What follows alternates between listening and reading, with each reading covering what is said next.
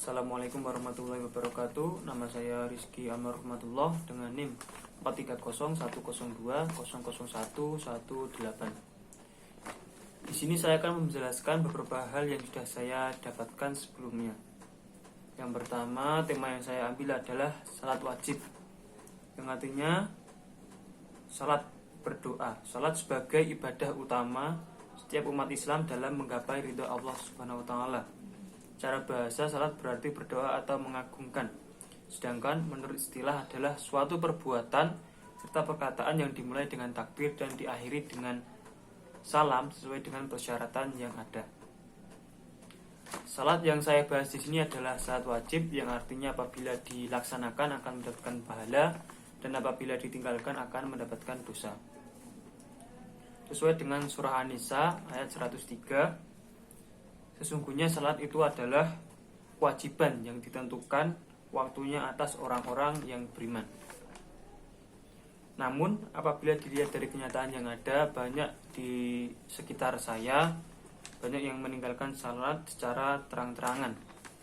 Setelah saya telusuri lebih lanjut, ternyata ada beberapa hal yang menyebabkan hal itu terjadi. Yang pertama adalah kurangnya edukasi masyarakat akan pentingnya salat dan kerugian apa yang didapat apabila meninggalkan salat. Yang kedua, terbenturnya jam kerja masyarakat. Yang ketiga, memprioritaskan pekerjaan dari salat. Pengaruh buruk terhadap lingkungan sosial yang ada. Kurangnya kepedulian orang tua terhadap pendidikan agama sang anak. Dari 5 hal itu, saya mendapatkan beberapa solusi yang ada. Yang pertama adalah mengedukasi pentingnya salat sebagai kewajiban utama agama dan salat sebagai tiang semua amal yang lain. Jadi salat adalah sebagai pokok atau sebagai nomor 1. Sesuai dengan surat An-Nisa ayat 103, yang artinya sungguh salat itu adalah kewajiban yang ditentukan waktunya atas orang-orang yang beriman. Dilandasi dengan sabda Nabi Muhammad SAW, salat adalah tiang agama. Barang siapa mendirikannya, maka sungguh ia telah menegakkan agama Islam itu, dan barang siapa meninggalkannya, maka sungguh ia telah merobohkan agama Islam. Untuk yang kedua, saling mengingatkan satu sama lain apabila sudah memasuki waktu salat untuk menunaikan salat terlebih dahulu. Sesuai dengan surat Al-Ansh ayat 1-3, yang artinya demi masa sesungguhnya seluruh manusia berada dalam kerugian kecuali mereka yang beriman dan beramal soleh, dan saling menasihati dalam kebenaran dan saling menasihati dalam kesabaran. Dilandasi dengan hadis Nabi Muhammad SAW, sesungguhnya amal perbuatan yang paling disukai Allah ialah menyegerakan sholat pada awal waktunya. Dan nomor 3, menjadikan salat sebagai prioritas utama. Sesuai dengan Al-Mujadilah ayat 13, yang artinya, apakah kamu takut akan menjadi miskin karena memberikan sedekah sebelum mengadakan pembicaraan dengan Rasul? Maka jika kamu tiada memperbuatnya dan Allah telah memberi taubat kepadamu, maka dirikanlah salat, tunaikanlah zakat, taatlah kepada Allah dan Rasulnya, dan Allah Maha mengetahui apa yang kamu kerjakan. Sesuai dengan hadis Nabi,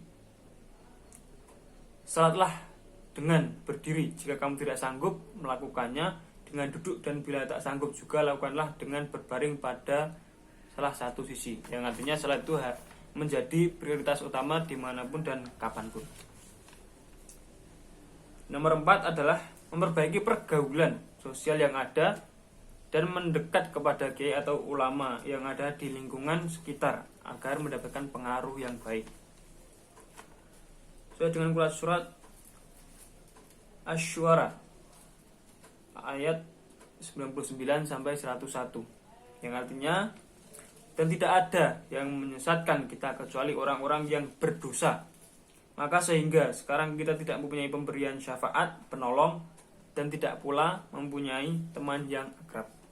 Sesuai dengan hadis Nabi, dan di dalamnya permisalan teman yang baik dan teman yang buruk ibarat seorang penjual minyak wangi dan seorang pandai besi. Penjual minyak wangi mungkin akan memberimu minyak wangi atau engkau bisa membeli minyak wangi darinya. Dan kalau tidak, engkau tetap akan mendapatkan bau harum darinya. Sedangkan pandai besi bisa jadi percikan apinya mengenai pakaianmu, dan kalaupun tidak, engkau tetap mendapatkan bau yang tidak sedap. Untuk yang nomor 5, melakukan sosialisasi terhadap orang tua terhadap pendidikan agama sebagai bekal utama yang sangat penting sebagai landasan anak. Sesuai dengan surat At-Tahrim ayat 6. Hai orang-orang yang beriman, peliharalah dirimu dan keluargamu dari api neraka, dan bahan bakarnya adalah manusia dan batu. Penjaganya malaikat-malaikat yang kasar, keras dan tidak mendurhakai Allah terhadap apa yang diperintahkannya kepada mereka, dan selalu mengerjakan apa yang diperintahkan.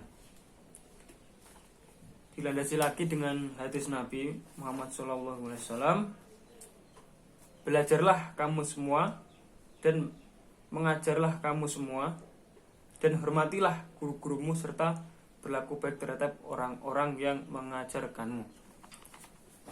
Baik, itu adalah analisa yang sudah saya lakukan di lingkungan saya.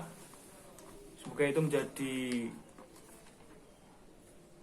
pelajaran bagi kita untuk apa pentingnya sholat, dan sholat adalah sebagai pokok utama, menjadi nomor 1 dimanapun dan kapanpun.